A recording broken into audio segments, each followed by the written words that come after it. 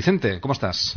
Muy bien, muy bien. Pues bueno, ha llegado el momento de poder abordar esta temática que es importante, que mucha gente nos está escuchando y va a necesitar respuestas. Y vamos a tratar precisamente de la ansiedad. Realmente, Vicente, ¿qué es la ansiedad? Cuéntanos un poco la definición, ¿no?, de esa sensación, de ese estado de ánimo. Vale.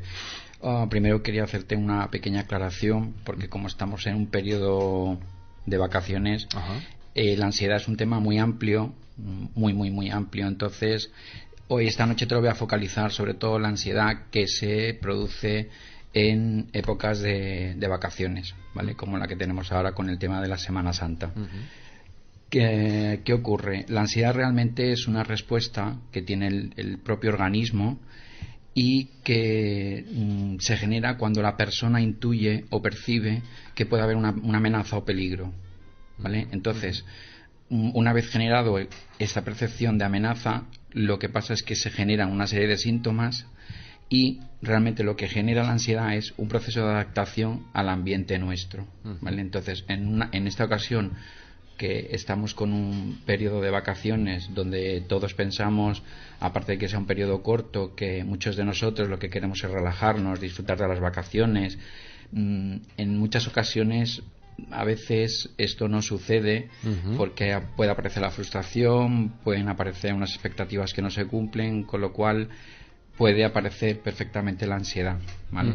Y no tenemos tampoco que olvidar que estamos en una época primaveral que es muy dada y muy frecuente a que puedan aparecer sintomatología ansiosa y depresiva en este caso. Es curioso, ¿no?, que se pueda generar, ¿no?, la ansiedad precisamente ante un periodo de vacaciones, ¿no? Sí, es extraño. De hecho, muchas personas piensan que si estamos ante un periodo de vacaciones, ¿por qué nos vamos a tener que poner más ansiosos o más preocupados? Pero hay que tener en cuenta que realmente lo que hacemos es romper nuestra rutina, que no es una cuestión fácil. Las vacaciones realmente son un periodo que anhelamos todos, pero que en definitiva lo que lleva es una idealización de esas vacaciones, lo cual puede en un momento determinado generar ansiedad. Y bueno, realmente nos ocurre por eso, ¿no? Porque son cambios, es decir, vivimos una vida, digamos, tan deprisa, tan estresada, que en ese momento que nos relajamos es cuando el cuerpo dice, aquí estoy yo. Exacto. Estamos tan pendientes de que llegue ese periodo de vacaciones que cuando llega realmente a veces no lo sabemos gestionar muy bien. Entonces, al no realizar una buena gestión, lo que ocurre es que los objetivos que tenemos deseados para ese punto pueden desembocar en lo que te he dicho anteriormente, en sintomatología ansiosa y en ocasiones incluso depresiva. Aunque es importante añadir que para que pueda aparecer esta ansiedad, el paciente o la persona tiene que tener también una cierta predisposición a que pueda tener ansiedad y depresión. Es decir, no podemos generalizar que todo el mundo que va a tener un periodo de vacaciones va a tener ansiedad o depresión. Sí es posible que aparezca determinados o unos índices bajos de ansiedad, pues por el vuelo, por el equipaje, pero bueno, eso está dentro de la norma, con lo cual no hay que preocuparse.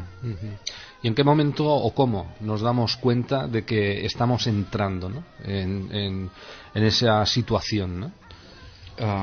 Bueno, es importante que al tener que romper esa rutina tanto laboral como familiar, inevitablemente estamos generando una desestabilización emocional, con lo cual, ¿cómo nos damos cuenta? Hay una serie de síntomas.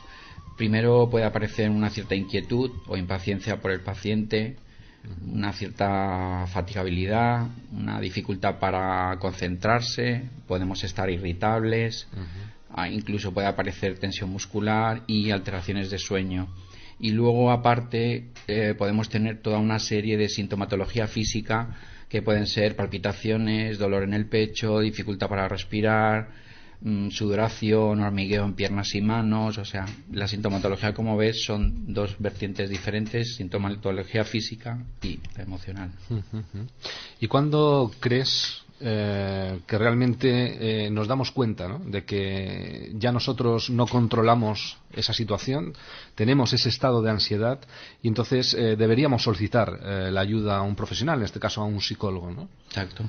Siempre cuando tengamos la sensación de que la ansiedad está realmente interfiriendo en nuestro día a día y está dificultando nuestro funcionamiento normal a nivel de trabajo, a nivel de relaciones personales o a nivel de ocio, y vemos que la cosa no la manejamos nosotros mismos, es aconsejable pedir ayuda a un profesional como yo, un psicólogo, que nos pueda orientar y dar unas primeras pautas. Cuanto menos, lo importante es perder el miedo a poder asistir al psicólogo y hacer, aunque sea solo una primera visita, un primer contacto, que a través de ese primer contacto luego ya la cosa como que se relaja, el paciente ya queda como más tranquilo y vuelve a la consulta. Lo primero, de todas maneras, yo siempre se lo digo a mis pacientes, lo más engorroso es ese primer contacto, esa primera entrevista y ese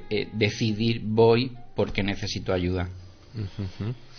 ¿Y cómo, Vicente, cómo se controla esa situación? La ansiedad, en este caso que estamos hablando hoy, que es con un tema en un periodo de vacaciones, hay que tener muy en cuenta que tenemos que diferenciar qué tipo de ansiedad tenemos y a qué nivel de ansiedad llegamos. Dependiendo de eso ya nos iremos hacia un lado u otro.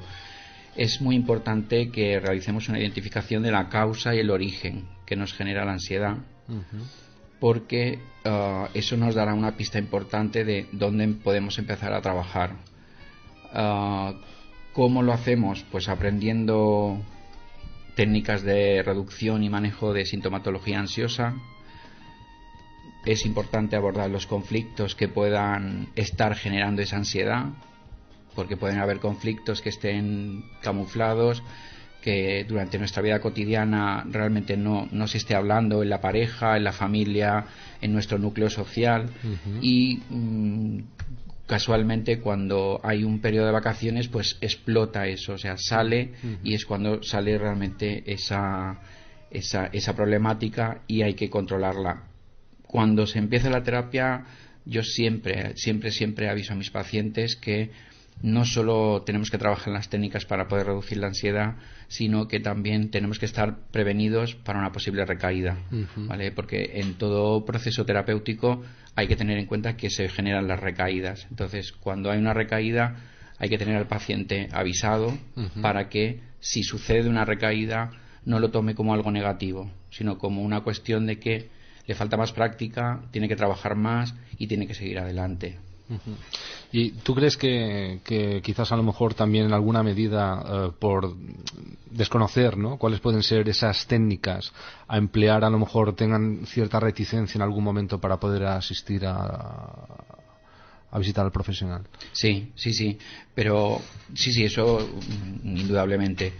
Ese desconocimiento es el que hace que la persona no le cueste tanto decidir si tiene que ir o no. Entonces, si no va en un momento determinado, los niveles de ansiedad pueden subir considerablemente y pueden llegar a generar un trastorno generalizado de ansiedad.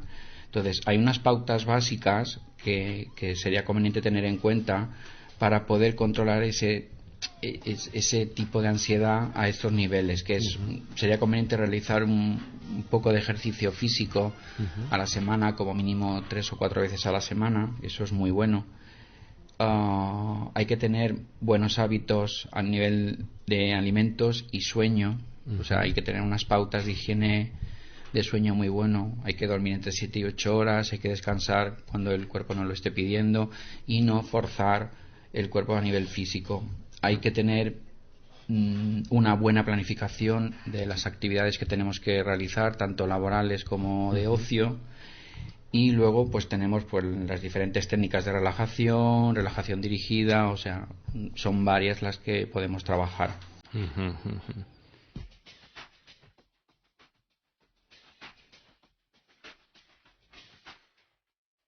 Estás escuchando Esta Noche Tú con Manolo Moreno.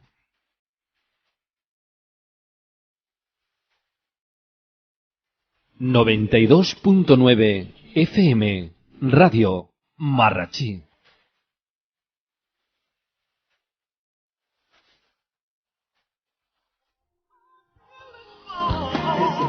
Bueno, y aquí estamos abordando la temática de la ansiedad. Y estamos con Vicente Alcántara, que es nuestro colaborador y psicólogo que nos va aconsejando y orientando y ayudando a poder abordar las diferentes situaciones que forman parte del ser humano, y cuando esas situaciones se desbordan y no podemos controlarlas, pues saber cómo hacerlo, saber qué camino caminar y cómo hacerlo de la mejor forma y siempre, claro, asesorados para llegar a buen término. Estamos hablando de esas técnicas, ¿no, Vicente, para poder rebajar los niveles de ansiedad. ¿En qué consiste, puntualizando un poco realmente, esa terapia a tratar y qué es lo que básicamente se hace en esas sesiones? Bueno, la primera sesión básicamente se trata de hacer una primera entrevista clínica con el paciente, establecer un primer contacto con él, que se empiece a conectar con el vínculo entre paciente y nosotros los psicólogos, y se hace una recogida de información generalizada del paciente, síntomas que siente, un poco su estructura familiar, social, laboral, educativa. O sea, es un primer contacto. Luego ya posteriormente, la segunda sesión, pues ya se empieza a trabajar con el paciente, dándole unas pautas concretas. Por ejemplo, pues un tema importante es trabajar la reestructuración de pensamiento, porque las personas que padecen ansiedad en muchas ocasiones distorsionan la realidad, realizan una serie de distorsiones cognitivas, que es lo que nosotros llamamos, que realmente lo que hacen es coger un hecho real que efectivamente está ahí, pero luego lo distorsionan. Es decir, sobre ese hecho real hacen una interpretación totalmente subjetiva, y entonces eso se convierte, algo que es pequeño se puede convertir en una gran bola. Se trabaja todo el tema de los pensamientos negativos, como he dicho anteriormente, las variadas técnicas de relajación. Se pueden incluso realizar exposiciones ante situaciones que generan ese tipo de ansiedad, que en muchos casos este tipo de exposiciones se puede hacer incluso exteriores.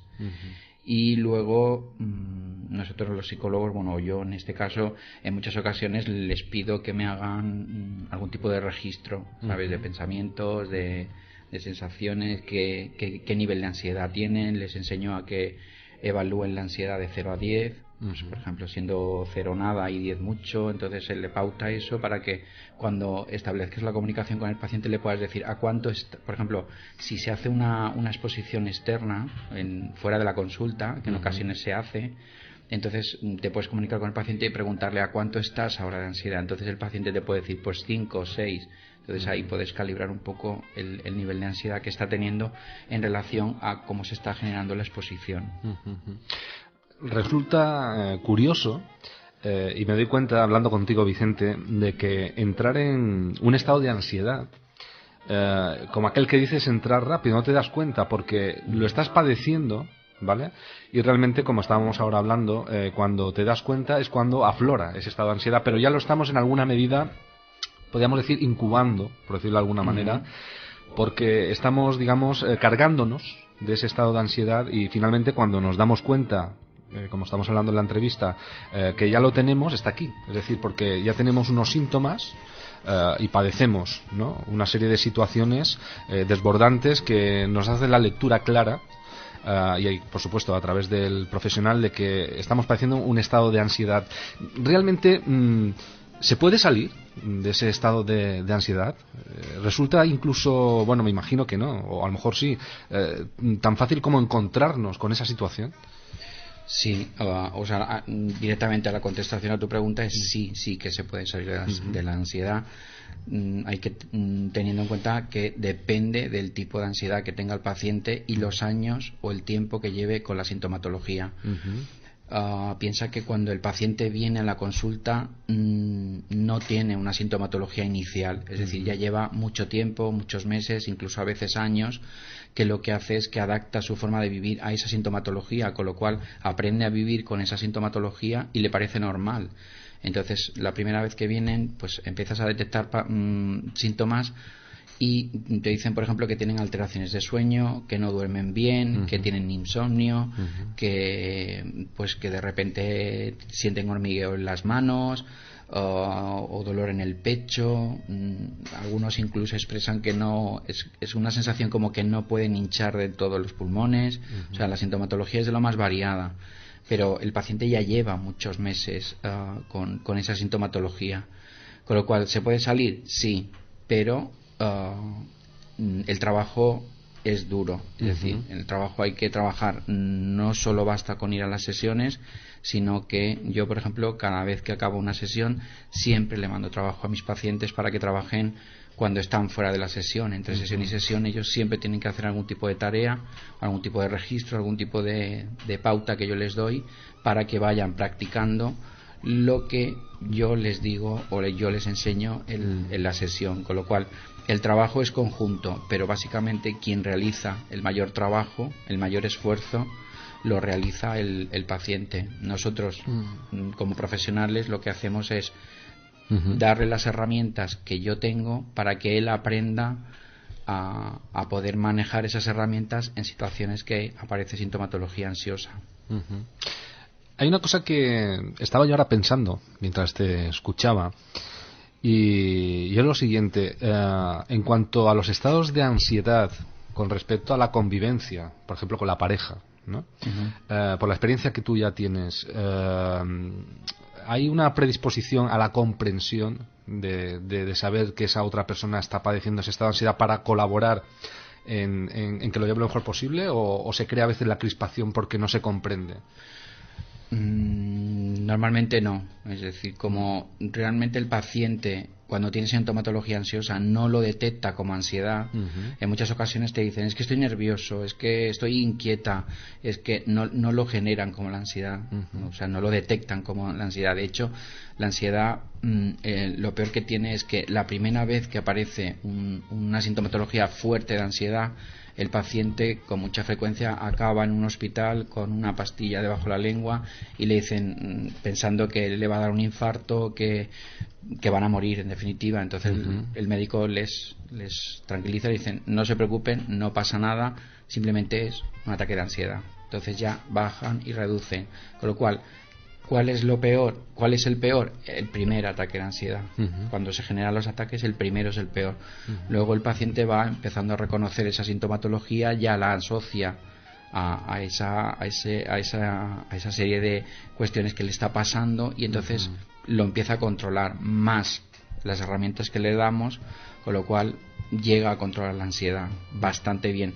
Cuando llegamos a ese punto, sí que la pareja ya colabora, porque ya la pareja también detecta que realmente no se encuentra bien, está mal, está sufriendo, lo está pasando mal, y en muchas ocasiones pues a veces dejan de salir, todo lo que son actividades sociales se reducen, y el paciente intenta evitar las situaciones donde esa ansiedad se genera. Es decir, si un paciente tiene un problema y sube al autobús, por ejemplo, y en el autobús se siente mal, porque ahí empieza la sintomatología ansiosa, poquito a poco lo que va a hacer es ir evitando subir en el autobús para que no genere la ansiedad.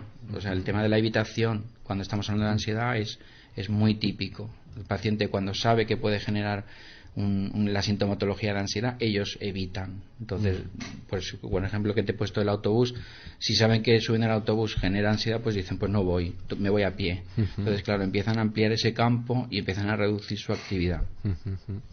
Hombre, lo que está claro es que en un estado de ansiedad, y si llegas tarde en cuanto a lo que puede suponer no querer reconocer o no darte cuenta de que lo estás padeciendo, o no tener el apoyo de los demás, aunque es otro tema que trataremos otro día en profundidad, podría llegar, ¿no?, a un estado ya de depresión, quizás, ¿no?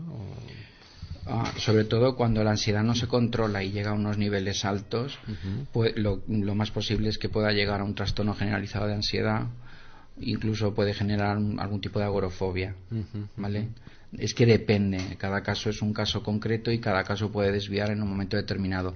Es verdad que la persona con ansiedad también puede presentar sintomatología depresiva porque se siente mal, porque está viendo que su actividad tanto familiar como social, va reduciendo, cada vez se va acotando a menos. Entonces el paciente se siente mal, se siente triste, irritable, no está bien.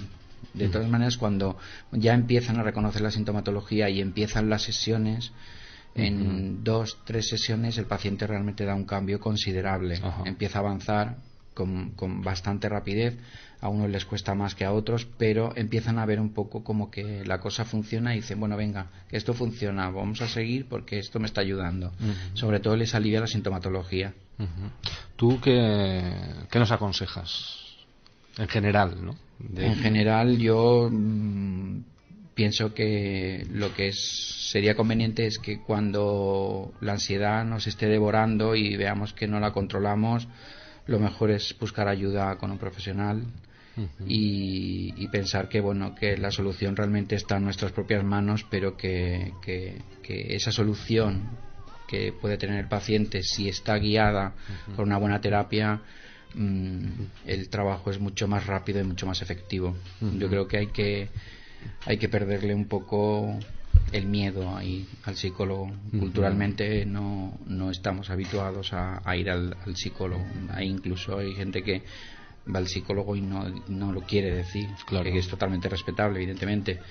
Y sin embargo en otras culturas pues es mucho más fácil o más común tener un psicólogo pues como alguien puede tener un fisioterapeuta, pero todavía aquí no estamos a esos niveles. Y es curioso que ahora que lo dices me viene la imagen de muchas películas, ¿vale? Sobre todo películas de Woody Allen, donde es habitual que haya un diván y un psicólogo, que te va un poco pues formando parte de esa película, ¿no? De esa historia, y que efectivamente no solamente por estas películas sino en general se ve que hay otros sitios que efectivamente lo tienen como un elemento necesario, ¿no? de convivencia interpersonal, ¿no? O unipersonal, totalmente, ¿no? Poder totalmente tener a un psicólogo y tener confianza con él para contarle incluso cosas que no le cuentas a otras personas, pues precisamente porque cuando hace falta acudir a un profesional, a un psicólogo, tenemos que tener la confianza de poder saber a quién acudir para estar tranquilos.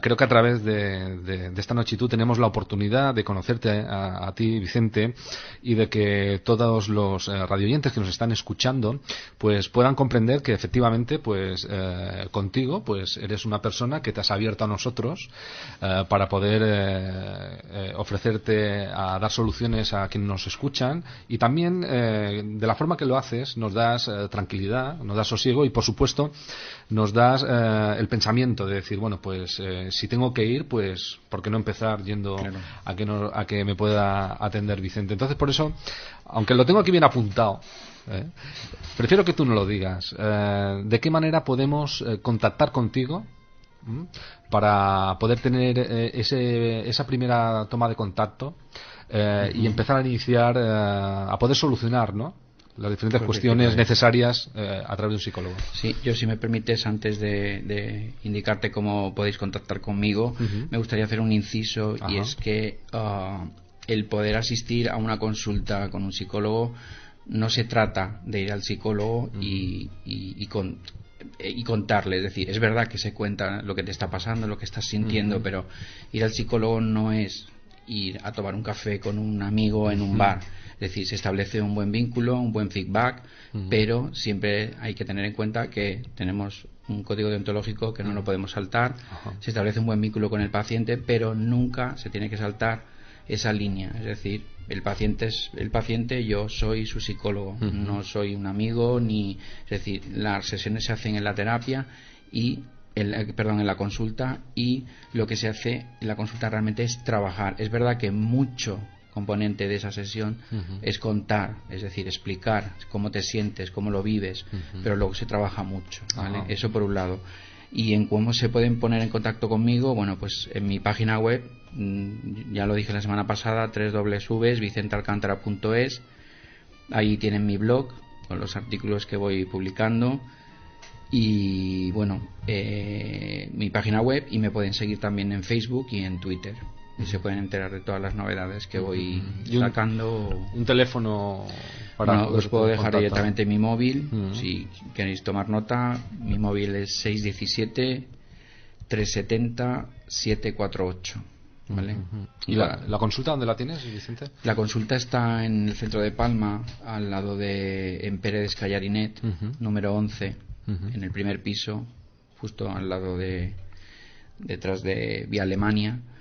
Y bueno, allí estaré encantado de recibiros a los que queráis venir. Muy bien. Es vuestra casa. Pues para poder finalizar esta entrevista y hacerlo, pues bueno, gustosamente, porque es un placer hablar contigo, Vicente, y aprovechando que hemos hecho comentario, ¿no?, de que estamos en Pascua y que la gastronomía está ahí y que la disfrutamos. Es cierto también que la ansiedad provoca en muchas ocasiones comer aceleradamente, ¿no? Parece que no lo queremos comer todo, ¿no? Sí, sí. ¿Qué pautas nos das para que nos podamos alimentar bien estas fiestas y disfrutar de todo lo bueno que se puede disfrutar gastronómicamente hablando en estas fiestas, pero vamos a comer con tranquilidad, que nos siente bien, ¿no? Exacto, eso es lo que te iba a comentar. Realmente lo que tenemos que tener es unas buenas pautas a la hora de comer, comer de todo, evidentemente, pero no comer de una manera ansiosa, de una manera de prisa, corriendo, de pie.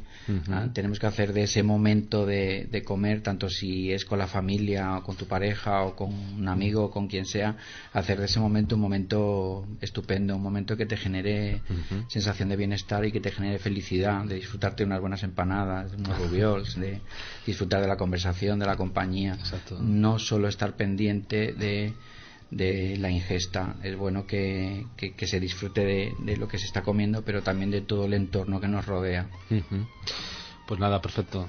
Darte las gracias, sobre todo por haberte trasladado a nuestros estudios, aquí en Radio Marrachí, en el edificio Erica, en un día festivo como hoy, Jueves Santo. Así es. Y haber podido abordar esta temática que, bueno, eran muchas las personas que tenían interés por informarse y saber cómo poder actuar para que, a partir de ahora, pues un estado de ansiedad no sea un momento de amargura, sino que sea un punto de partida hacia poder renovar y encontrar otra vez ese equilibrio para que todo vaya bien y podamos continuar con una vida sana y feliz, ¿no? Así es. Que es lo importante. Así es. Muy bien, Vicente, muchas gracias por estar con nosotros. Te esperamos en breve. Y bueno, que sepáis que a través de nuestro blog, Esta Noche y Tú, .blogspot.com y también a través del blog de Vicente os iremos informando de los diferentes encuentros que vamos a tener y de las temáticas que vamos a poder abordar, para que, si lo deseáis, pues nos podáis formular preguntas que os inquieten, que os interesen, incluso proponernos temas a tratar, y será un placer poder hacerlo, para que te encuentres a gusto y para que podamos disfrutar de estar todos en un estado de bienestar, nunca mejor dicho, a través de Esta Noche y Tú. Vicente, muchas gracias. Buenas noches. Nos encontramos. Muy buenas noches. Gracias. Buenas noches. Buenas noches.